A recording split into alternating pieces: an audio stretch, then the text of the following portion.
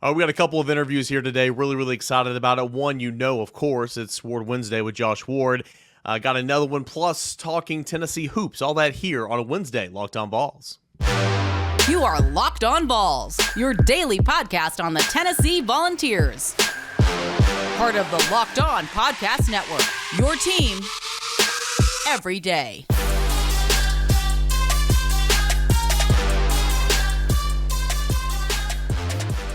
What is good, everybody? Welcome into it, your Wednesday edition of Locked On Vols. I'm your host, Eric Payne. So glad to have you guys with me here today. Got a full slate to get into here today.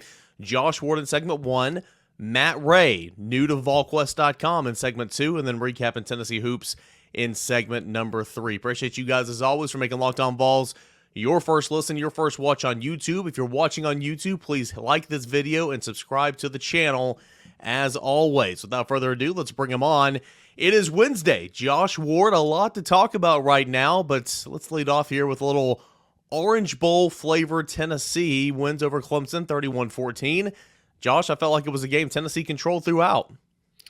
Yeah, it was a peculiar game in that Clemson had the football for a lot of the game. And that's not all that odd considering how fast Tennessee's offense is able to go. But a lot of yards, a lot of first downs, not a lot of points. And that came back to Tennessee's defense getting timely stops, which was really reflective of a lot of the season, not the entire season, Eric, but the defensive improvements Tennessee made from 2021 to 2022 in the red zone, and then overall in scoring defense. And the red zone is going to be a huge part of that. That again showed in the final game. And I would argue that was maybe the most impressive in that area, that they were able to continue to get stops and were helped by missed field goals, but a couple of those were really tough shots that Clemson was trying to take. There was the 42-yarder that was missed as well by Potter, but they were aggressive. Aaron Beasley, I thought, was just incredible with the way that he was able to play, knowing he had to step up in Jeremy Banks' absence. He did that, and it was obvious going in. Tennessee needed to apply pressure and affect a young quarterback, and Tennessee's defense did that all the way throughout the game, and that, I thought, was the biggest difference in Tennessee being able to get a win and get a decisive win in the end. Yeah, Brent Hubbs has been saying this for weeks, and I really do agree with this. Bowl games nowadays are kind of like one-offs. The team can look so different that I don't want to pin this on the 2022 team, but I'm not necessarily ready to say, hey, this is a springboard of 2023, but it's got to give you a lot of confidence. If you left that stadium, if you turn off the TV Friday night, Saturday morning, and you had some questions about Joe Milton. Sure, there's still some questions out there, but Joe Milton played well. 3 touchdowns, 251 yards passing, completed almost 70% of his passes. Joe Milton wasn't perfect. He wasn't Hendon Hooker. He just played his brand of football. That's Joe Milton, and he looked really good. Yeah, he wasn't perfect, and nobody went into the game expecting him to be Hendon Hooker, but he did make some plays. He limited costly mistakes. I mean, there were, I'm sure, plays that he wanted to get back, decisions he made with the football, but not mistakes that really cost Tennessee or helped Clemson. And in that game, considering what Tennessee's defense was doing, punting in the middle of the game was okay. This was not a shootout game where Tennessee was going to need 35 to 45 points. If you're in that kind of game, well, then it could have gone a different way. And that's why the defense deserves so much credit. But Milton is a guy that I think showed his ability and what Tennessee is able to work on this offseason to help him take a step forward. And that's been a question. We have heard so much about what Joe Milton does in practice. And even the Vanderbilt game where Tennessee won dominant fashion, we came out of it talking mostly about the running attack, how they ran all over Vanderbilt, and Vandy obviously had no chance in that game, not being able to get on the scoreboard. But there were plays that Joe made that we've talked about him being able to make in a game against a high-level defense. I mean, there's real talent that Clemson has, and I don't think Joe Milton lacks for confidence, but there's something in a game as Tennessee's quarterback for him to really build on moving forward. So long off season, a lot to be done, but Eric, I don't have to explain why you should be confident in this offensive coaching staff. It'll be a new look staff because Alex Golesh is gone, but Josh Heupel is leading the way. And as long as that's the case, confidence is always going to be there in some way with Tennessee's quarterback. And it probably grew with Joe Milton's performance against Clemson. It's Ward Wednesday here on Locked On Vols. Josh Ward of 99.1 The Sports Animal, co-host of Josh and Swain with VFL Jason Swain. Josh, you mentioned it a couple times already, and I think it's the lead story coming out of the Orange Bowl. Tennessee's defense was great. Clemson helped out a little bit with some missed field goals, sure. Mm-hmm. Dabo dialed it up, tried to go a fake field goal, and that tanked on the opening drive. Tennessee gave up a whole lot of yards, but not a whole lot of points. I thought the front four got after Cade Klubnik. Aaron Beasley got after him a little bit there at the beginning, and then there was one play in particular in the first quarter where Beasley blitzed. He didn't get home, but he put Cade Klubnik in the turf. And I thought that stuck with the young freshman the rest of the game. I think he'll be fine in the end, but first of all, asking him to throw it 54 times in the Orange Bowl was unfair. But he was running around. He looked like a freshman on that night. And credit Tennessee's defense. I thought Beasley had the game of his life. Solon Page had a career night who got the start as well. Tennessee's secondary, sure, it wasn't great, but Denico Slaughter, after giving up a big gain on the opening drive and a pass interference call, I thought he played a solid football game.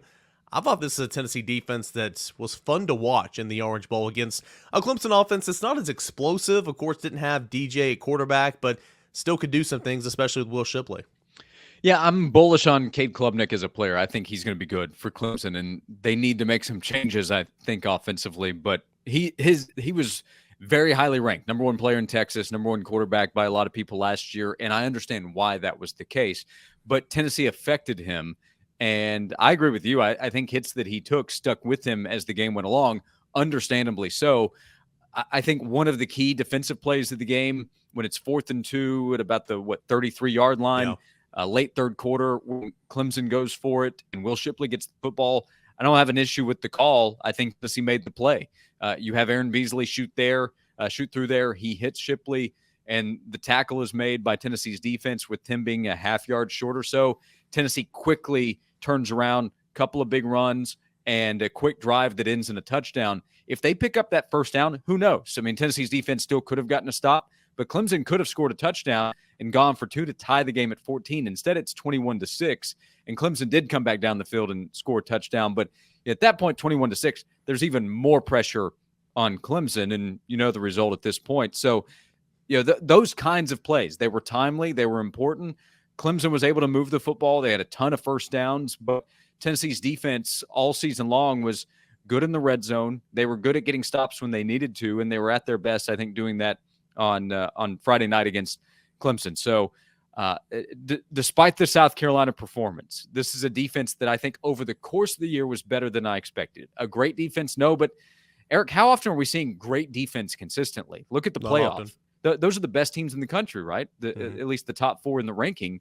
And there was no defense there, including from Georgia, which I think has the best defense in the country. And I know that's against Ohio State, but expecting elite defensive play is just not realistic. Now, better than what happened against South Carolina, sure. But think about the response on Monday on the radio after the South Carolina game, Eric. You're not surprised to know we were taking some wise Tim Banks, the defensive coordinator, calls. And our response was, look, that was awful, what happened in South Carolina. But the reaction doesn't have to be to the extreme. Look at the way Tennessee reacted. The next week, shutting out Vanderbilt. Sure, it's Vanderbilt, but they were playing better at the time. Don't forget. Shutting out Vanderbilt and then shutting down Clemson a month later. A ton of credit should go to Tim Banks, the defensive staff, and for sure the defensive players for the way they responded in the final 2 games of the season. All right, Josh, last thing, your lasting takeaways when you think of 2022 Tennessee football. What's going to come to mind? What do you think about this team this year and everything Tennessee accomplished? Yes, my thought immediately at the end of the game with Tennessee winning the Orange Bowl and getting an 11th win is that it's an unforgettable season for Tennessee fans. And I think that's the case because of the quality of opponents that Tennessee beat. That would start with Alabama. I mean, that's a game that Tennessee fans are going to forever remember. In some Tennessee fans' cases, they had forever been waiting for it. But think about how many Tennessee fans who are alive who had never seen Tennessee beat Alabama or too young to remember the last one. So beating Alabama, beating LSU and Baton Rouge that way, beating Florida and beating Clemson, a team that had won the national championship a couple of times here in the last decade. So big name teams and then legendary performances, guys that will be legends forever. That's Hendon Hooker. That's Jalen Hyatt winning the Biletnikoff Award for Tennessee for the first time ever.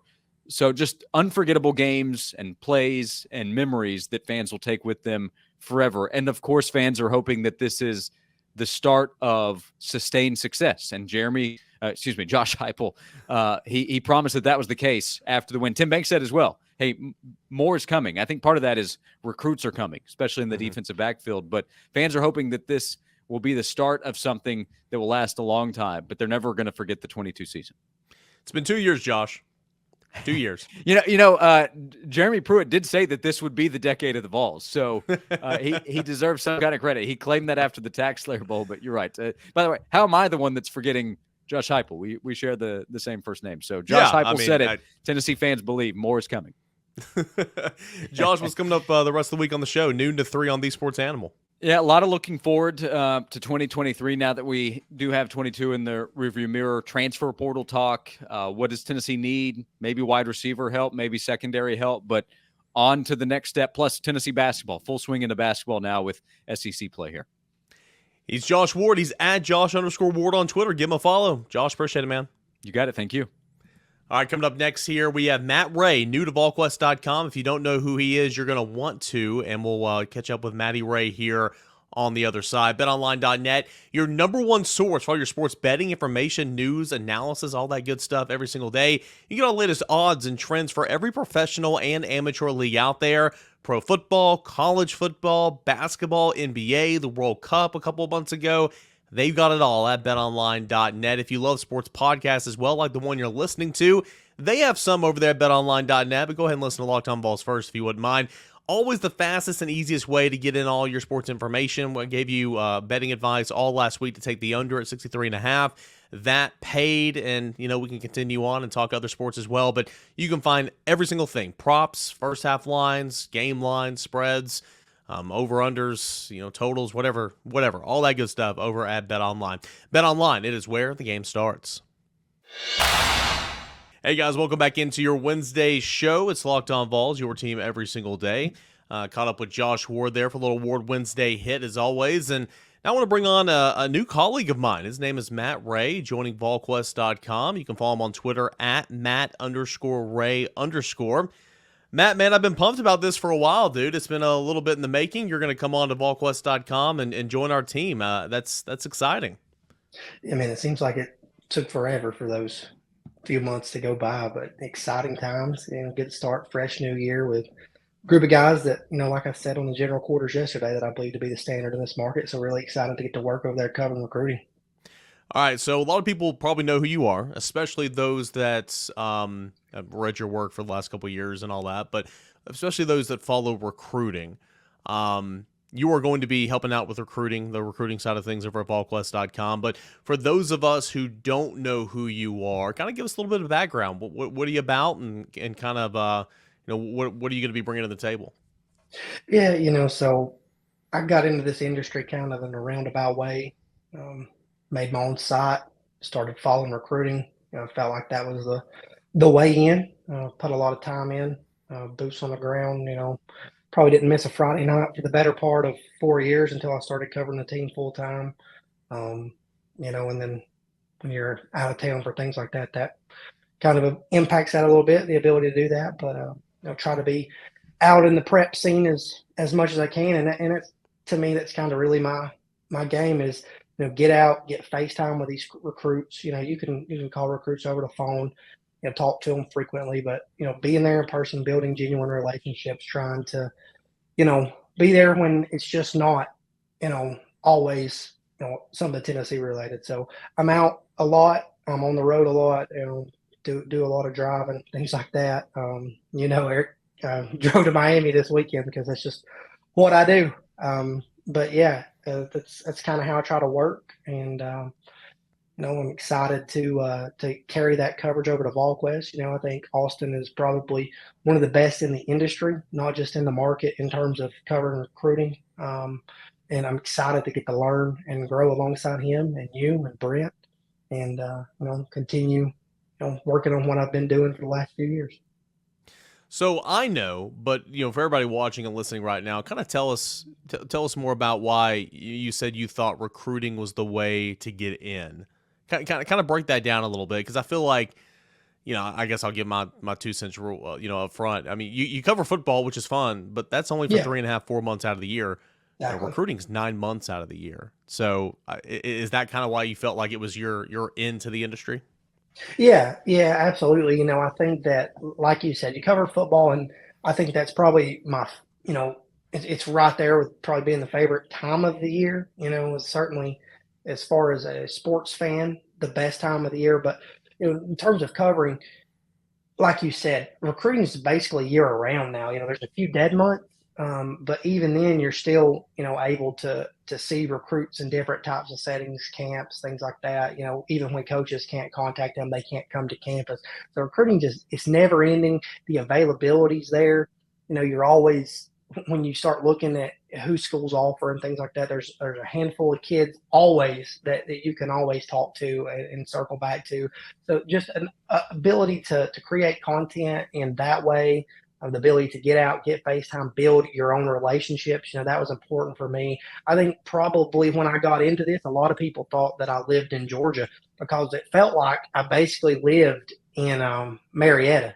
At the time, Jeremy Pruitt's staff was recruiting the high school there heavily. It had, BJ Ojolari, Eric Gilbert, Harrison Bailey, all there at the time. And it seemed like those guys were playing a premier matchup almost every other Friday. So it seemed like I lived there. But that's to me the biggest part of why I felt like that was the opportunity to work into the industry that way. Just because there's so much availability, there's always people you can talk with, you can grow, you can learn and adapt to find how you need to do this. So what type of stuff are you going to be bringing to the site? Obviously, you're going to be calling kids. We all do it. I mean, it's what drives the site. You call kids, you talk to kids, you write a story about it, you put it out so people can read it. But what else can we look forward to you in terms of your Matt Ray coverage? Yeah, so again, like I said, nothing's going to change on that front for me. Yeah, obviously, you're going to call kids, you're going to talk to kids, like you said, but I'm going to be on the road a lot. I'm already planning trips for the month of January. A couple of junior days coming up in Knoxville on the 14th and 28th. So obviously, I'll be there working one with you, one with AP. But outside of that, I'm going to get out, see kids. See kids have basketball games. Go out, see a kid at a basketball game, see a kid at a wrestling match. See these different things and try to build those relationships early on in this 2024 class. Camps will start sometime in February. The Elite 11 will come through Carrollton sometime in February. Under Armour usually comes through Atlanta sometime later in that month. So those are kind of the two camps that start to kick things off. And you see a lot of guys at Tennessee typically in on there. Especially at like that combine style camp where they have everybody from offensive lineman, defensive lineman, quarterbacks throw. It's not just like the Elite 11 where you just have quarterbacks and maybe you get a nice skill guy out there to work some of the one-on-one stuff. Definitely Under Armour camp kind of starts things for that camp circuit, and then you jump right into 7-on-7. I've covered 7-on-7 camps across the country.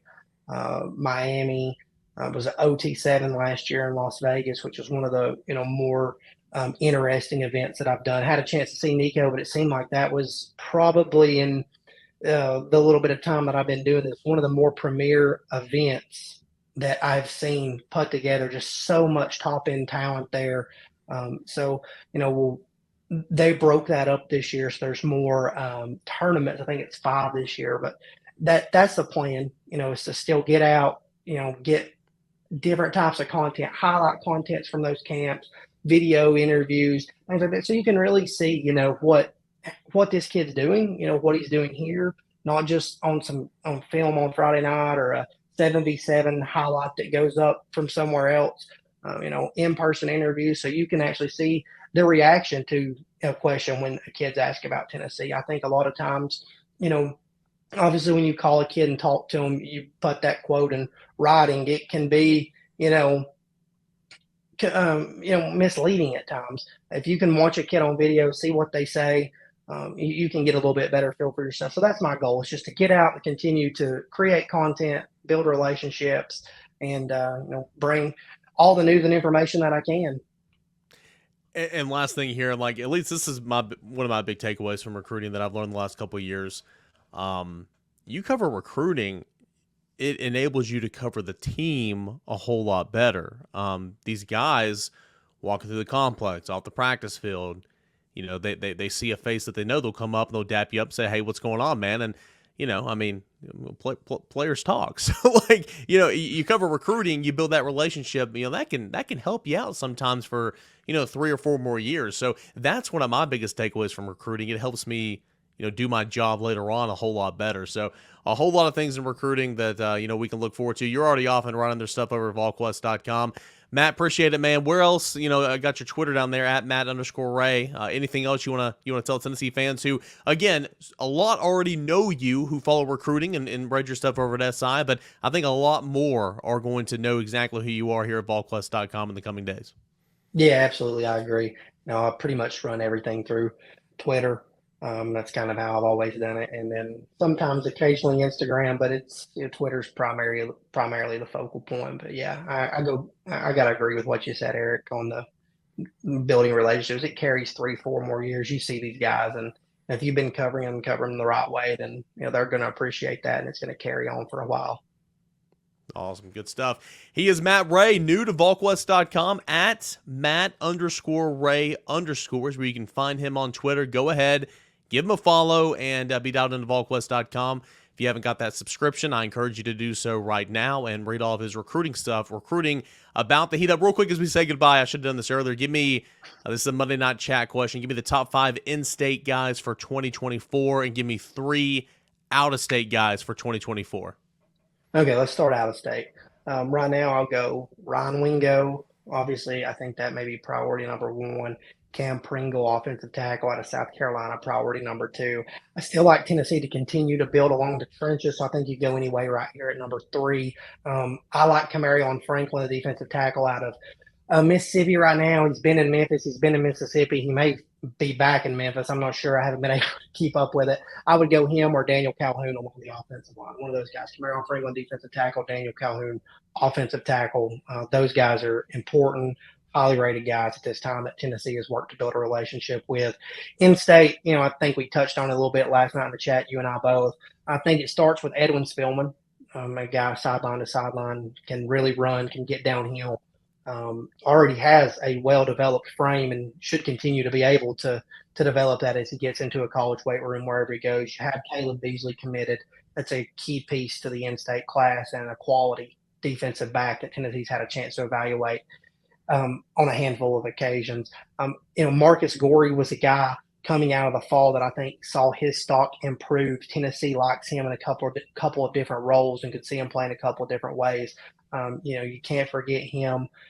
Andre Evans, wide receiver out of the mid-state, is a guy that you could see Tennessee continue to push hard for. And then, you always have to circle back to Boo Carter, a guy from Chattanooga who continues to do, great things on the football field. We'll see which direction Tennessee chooses to go there. But as far as a talent standpoint, you can't forget Boo Carter in this in-state class. The in-state class may be not as deep as it was in 2023, but still a good crop of talent and some guys that Tennessee will want to lock down for sure. Edwin Spillman, the first guy you mentioned for the in-state group, for those that don't know, the brother of Tennessee signee Nate Spillman in the class of 2023. So a good connection there, but it's certainly, again, in recruiting, it is never, ever a slam dunk. Matt Ray, Volquest.com. Matt, appreciate it, buddy. Thanks so much. Thanks, Eric. All right, good stuff there, man. Really looking forward to working with Matt as we move on. And we're going to move on in this show, talk Tennessee hoops on the other side when we return right here on Locked On Vols. All right, guys, we got a final segment left here of your Wednesday edition of Locked On Vols. Had a whole lot of fun catching up with Matt Ray, new to Volquest.com. Seriously, guys, building a juggernaut over there. It's a whole lot of fun. Matt is really good at what he does. Really, really good at covering recruiting. So if you don't know him, please follow him and check out his work. Caught up with Josh Ward in segment 1. Now, hey, I'd be remiss if I didn't talk about that Tennessee basketball game last night. 87-53, the win over Mississippi State. Tennessee now 12-2 on the season, 2-0 in SEC play, following the win on the road in Oxford last Wednesday. Mississippi State came into the game 11-2 as well, and 1-0 in SEC play. They now dropped that game, go 11-3, 1-1 in SEC play. And I mean, this was going to be a game that we thought it was going to be a rock fight, right? I mean, 2 of the top 6 teams in Ken Palm's defensive efficiency ratings, Tennessee number 1 and Mississippi State at number 6. And I mean, I made the joke all week long, like, right, hey, First one to 55 is going to win this game, right? But Tennessee jumped out 16-0 to begin this basketball game and shot 69% from the field, 57% from three-point land, made 12 of 21 shots from behind the arc. Didn't get many opportunities at the charity stripe, but did make three of all three attempts. So 3 of 3 for 100% at the charity stripe. 5 Volunteers scored in double figures in this game. Santiago Vescovi, who began the game shooting 3 of 3 from three-point land, finished with 14 points, scored all 14 points of those in the first half, and Tennessee was up by like 25. Didn't really even need him in the second half, to be completely honest, but he led the way with 14 points. 4 other players scored in double figures. We'll go with Zakiya Ziegler, 11 points, 10 assists. He had a double-double. Julian Phillips, really good sign there. 11 points, 5 of 6 shooting from the field. Looked comfortable, and he had 7 rebounds as well. That's a really good number for Julian Phillips. Uros Plavsic had 10 points. He shot 5 of 5 from the field. Olivier Cumwa had 10 points, shot 5 of 5 from the field. Good sign for Uros, who, we don't see much offense from him to kind of get that going. So, really good night for Tennessee offensively. And of course, you had the return of Josiah Jordan-James. He missed the last 4 games. Gosh, he hadn't played since, I want to say, early December, and he came in, played 17 minutes. He scored 8 points, and he had 4 assists. He looked comfortable. He shot 3 of 5 from the field, so didn't have to do a whole lot. Tennessee didn't need him to win this basketball game, but it was good to get him back out there, because if Tennessee wants to accomplish its goals, if Tennessee wants to win another SEC championship and, of course, go further in the NCAA tournament, Tennessee's going to need to rely on Josiah Jordan-James. I think he's one of the better shooters on the team, if not the best shooter on this team, outside of Santiago Vescovi. And, of course, his versatility is the glue to what Tennessee wants to do. It can go small ball and put Triple J at the 4. It can go small ball, put Triple J at the 3. He can guard out on the wing and the perimeter and the block, top of the key, whatever. And, I mean, we've seen him play for 3 years now. We know all about Josiah Jordan-James. So Tennessee's going to need him, going to have to rely on him moving forward. So it was a good sign to see him getting back in action for Tennessee on a Tuesday night. 87-53 over a Mississippi State team that's, is pretty good in my estimation. It's really sharp defensive ball club, and it wasn't even as close as what the final score was, in my opinion. Tennessee empty the bench, let some walk-ons get in towards the end of the game, and of course, like the last 10 minutes of the game or so, it got a little sloppy. Tennessee actually turned it over a couple times there towards the end, lost the turnover battle 15-12, but Tennessee scored 20 points off 12 of those turnovers from Mississippi State. So again, Tennessee started off 16-0, led by as many as 36 points at 79-43 in this basketball game, and just never looked back. Was talking with one of my other colleagues over at Volquest.com after the game last night, Grant Ramey, and he said, I don't know if the perfect basketball game exists, but that was pretty darn close. Tennessee, a great defensive squad, holding Mississippi State to just 53 points. That's spot on. And then, of course, the offensive showcase with Tennessee jumping out of the gate, 16-0 run, and then putting up 87 points. 87 points, the second highest point total for Tennessee on the offensive end so far this season, second only to scoring 94 against Alcorn State back on December the 4th. Of course, this is SEC play. These are better basketball players, and it means a whole lot more. This should give Tennessee a lot of confidence moving forward. It should, because the defense is going to show up every single night. It's going to be there, typically, right? I mean, this is the way this basketball team is built. This is the way we've seen this basketball team play so far this season and in years past. So if you're going to get a good defensive effort, and then you're going to score and look this good on the offensive end against a team with the defensive prowess that rivals Tennessee, that's got to give you so much confidence moving forward. It really does. So a really good night for Tennessee. Any way you want to spend it. 87-53, the win over Mississippi State. Again, I'll run down the scoring again. Santiago Vescovi led the way with 14 points, 11 points and 10 assists from Zakiya Ziegler, 11 points, 7 rebounds from Julian Phillips, 10 points on 5 of 5 shooting from both Olivier Cumwa and Uros Plavsic, 9 points from Toby Awaka in 16 minutes, 8 points from Josiah Jordan-James, who played 17 minutes coming back from injury. That was good to see. Tyreek Key, still not doing an awful lot on the offensive end. 2 of 5 shooting, scored 6 points in this one. 4 points from Jabbar Meshack in 17 minutes.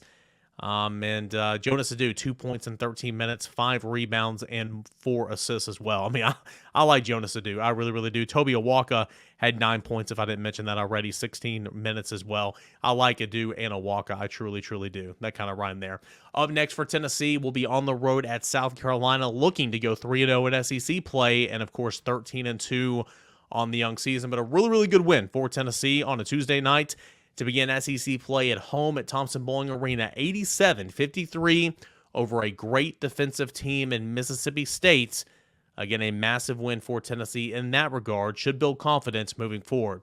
All right, that's all the time we have here on this Wednesday edition of Locked On Vols. Appreciate you guys. Hope you enjoyed a conversation with Josh Ward for Ward Wednesday with Matt Ray of Volquest.com and recapping Tennessee's 87-53 win over Mississippi State. Appreciate you guys, as always, for making Locked On Vols your first listen each and every day. Please like this video on YouTube if you're watching. Give it the thumbs up, give it the heart, and subscribe to the channel if you haven't already. I appreciate it, guys. We'll do it at the same time and same place again on a Thursday. This is Locked On Vols.